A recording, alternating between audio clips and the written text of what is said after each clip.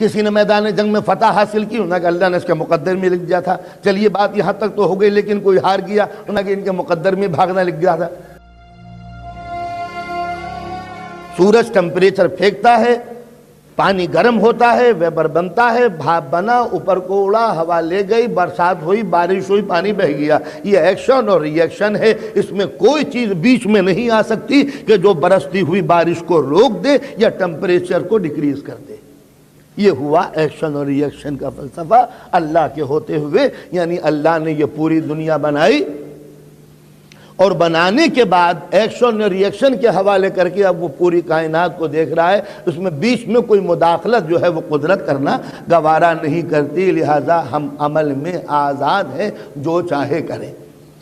تو یہ ہوا تدبیر کے دو ڈپارٹمنٹ، جو یہ کہتے ہیں کہ دنیا میں بس عمل ہے، اور عمل کے دو حصے ہیں۔ ایک حصہ یہ کہ کوئی طاقت نہیں، کوئی خدا نہیں، کوئی اللہ نہیں، کوئی گاڈ نہیں، لہٰذا تم آزاد ہو، جو چاہے اس دنیا میں کرو، تم کو کوئی روکنے والا نہیں ہے۔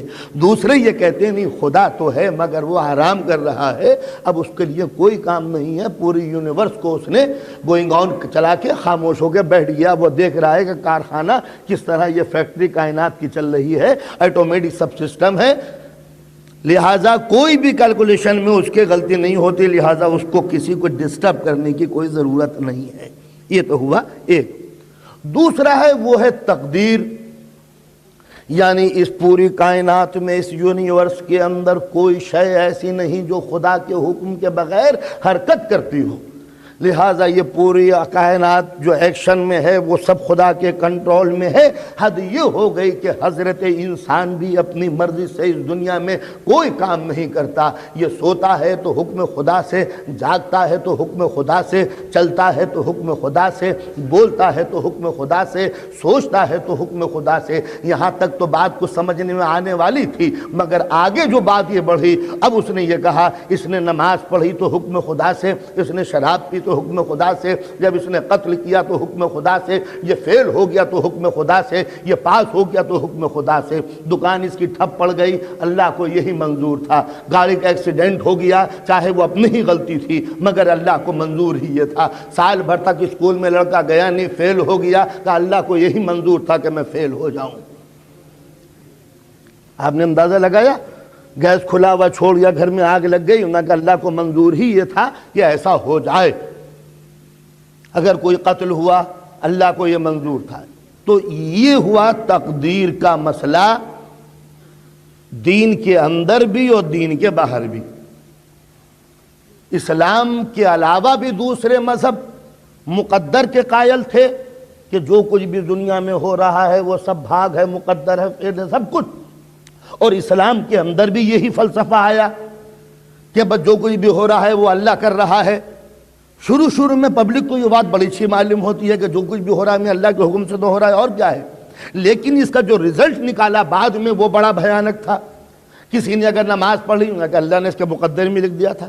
کسی نے میدان جنگ میں فتح حاصل کی، انہوں نے کہا اللہ نے اس کے مقدر میں لکھ دیا تھا۔ چلیے بات یہاں تک تو ہو گئی، لیکن کوئی ہار گیا، انہوں نے کہا ان کے مقدر میں بھاگنا لکھ دیا تھا۔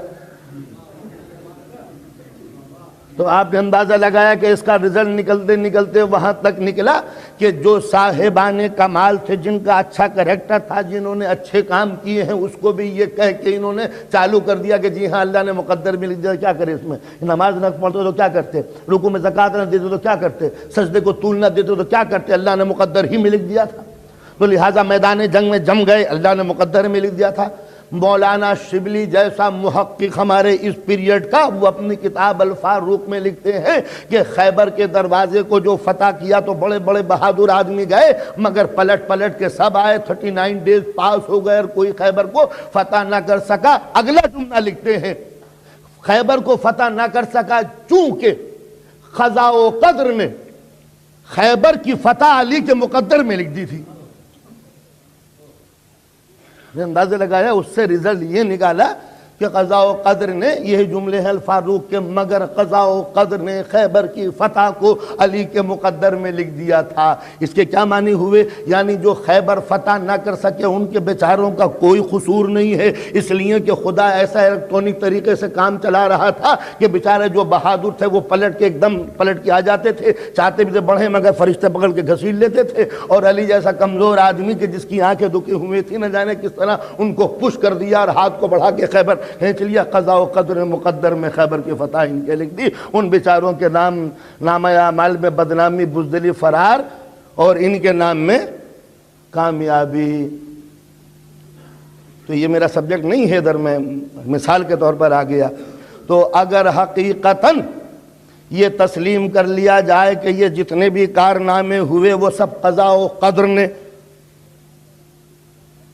تقدیر نے، مقدر میں لکھ دیے تھے، تو اب سمجھ میں نہیں آتا کہ ایک ایک آئٹم کو ہم ریورس گیئر میں پلٹ کے ذرا غور کرتے ہیں کہ دنیا کے سب سے عظیم خاندان میں پیدا ہوئے، مقدر۔ خاندان بنی ہاشم کے چشم و چراغ، مقدر میں لکھ دیا گیا۔ آنکھ کھولی تو نبی کی گود دیکھی، اللہ نے مقدر میں لکھ دیا۔ پیدا ہوئے تو اللہ کے گھر میں ہوئے، اللہ نے مقدر لکھ دیا۔ بھوک لگی تو نبی نے دعا لعاب دہن چسایا، اللہ نے مقدر میں لکھ دیا۔ تمام علوم لدنی، زمین و آسمان کے علوم ان کے سینے میں ڈال دی، اللہ نے مقدر میں لکھ دیا۔ بچپن میں نبی کے سینے پہ سوئے، اللہ نے مقدر میں لکھ دیا۔ نبی کے ساتھ ساتھ رات دن گزارے، اللہ نے مقدر میں لکھ دیا۔ سب سے پہلے جو وحی کی اطلاع ہوئی ان کو ہوئی، اللہ نے مقدر میں لکھ دیا۔ سب سے پہلے نبی کی دعوت اسلام پر لبیک کہی، اللہ نے مقدر میں لکھ دیا۔ جب بدمعاش بچوں نے ان کو مارنا چاہا تو انہوں نے بچا لیا، اللہ نے مقدر میں لکھ دیا۔ شب ہجرت نبی کے بستر جو قتل گاہ نبوت بنا ہوا تھا اس پر چین کی نیند سو گئے، اللہ نے مقدر میں لکھ دیا۔ بدر کے یہ فاتح، اللہ نے مقدر میں لکھ دیا۔ احد میں جیتنے والے، اللہ نے مقدر میں لکھ دیا۔ خندق کو پاٹنے والے، اللہ نے مقدر میں لکھ دیا۔ خیبر کے اکھاڑنے والے، اللہ نے مقدر میں لکھ دیا۔ قرآن کے مدبر، مقدر میں لکھ دیا۔ قرآن کے مفسر، مقدر میں لکھ دیا۔ مباہلہ کے فاتح، اللہ نے مقدر میں لکھ دیا۔ نفس رسول، اللہ نے مقدر میں لکھ دیا۔ زوج بطول، اللہ نے مقدر میں لکھ دیا۔ معلم جبرائیل، اللہ نے مقدر میں لکھ دیا۔ حاکم رضوان، اللہ نے مقدر میں لکھ دیا۔ کوثر کے مالک، اللہ نے مقدر میں لکھ دیا۔ جنت کے تقسیم کرنے والے، اللہ نے مقدر میں لکھ دیا۔ تو دوسروں کے مقدر کیوں پھوٹ گئے؟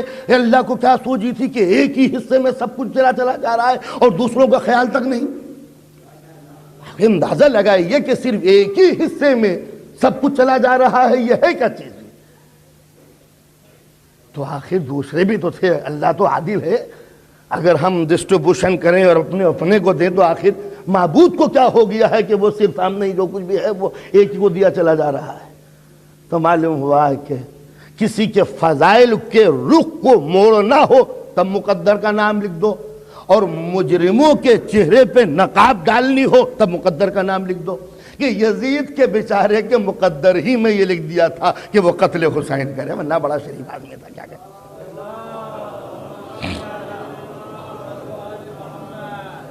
تو جناب یہ ہوئے تدبیر اور تقدیر۔ تو میری تقریر یہاں تک آئی تھی، یہاں تک کہ تقدیر ایک شے، تدبیر ایک چیز۔ تدبیر ایکشن، عمل۔ اس عمل کے دو حصے ہیں، ایک وہ کہ جو یہ کہتے ہیں کوئی خدا نہیں لہذا تم آزاد ہو جو چاہے کرو، ایک وہ یہ کہتے ہیں کہ نہیں خدا تو ہے مگر اس پوری کائنات کو وہ بنا کے اب سو گیا ہے، آرام کر رہا ہے، لہٰذا وہ انسان کو ڈسٹرب نہیں کرتا، لہٰذا انسان آزاد ہے جو چاہے کرے۔ یہ ہوا تدبیر۔ تقدیر کیا ہے کہ ہم جو کچھ بھی کر رہے ہیں وہ مجبور ہیں، چاہے ہم اچھا کریں یا برا کریں وہ سب من جانب اللہ ہے، انسان مجبور محض ہے، وہ کچھ نہیں کر سکتا۔ وہاں یہاں ایک لفظ بولی جاتی ہے مجبور محض، اور وہاں لفظ بولی جاتی ہے مختار کل، یعنی سب کچھ ہول سول اس کے ہاتھ میں ہے، جو چاہے کرے، انسان مختار کل، اور یہاں انسان مجبور محض، بس بیچارہ مجبور ہے، کچھ نہیں کر سکتا، جو چاہتے ہیں وہ کریں۔ چاہے وہ میر تقی میر کا وہ مشہور و معروف شعر، ناحق ہم مجبوروں پر یہ تہمت ہے مختاری کی، جو چاہتے ہیں سو آپ کیا، ہم کو ابس بدنام کیا۔ یہ ایک طنز ہے، ٹاؤنٹ ہے گویا اس نظریے پر کہ ناحق ہم مجبوروں پر یہ تہمت ہے مختاری کی، جو چاہتے ہیں آپ کیا، ہم کو بس بدنام کیا، جو چاہ رہے ہیں آپ کر رہے ہیں اور بدنام کر رہے ہیں ہمیں کہ تم نے یہ شراب پی، تم نے قتل کر دیا، تم نے یہ گناہ کیا، تم نے وہ گناہ کیا، لہذا ناحق ہم مجبوروں پر۔ یہ تہمت ہے مختاری کی، جو چاہتے ہیں سو آپ کیا، ہم کو بس بدنام کیا۔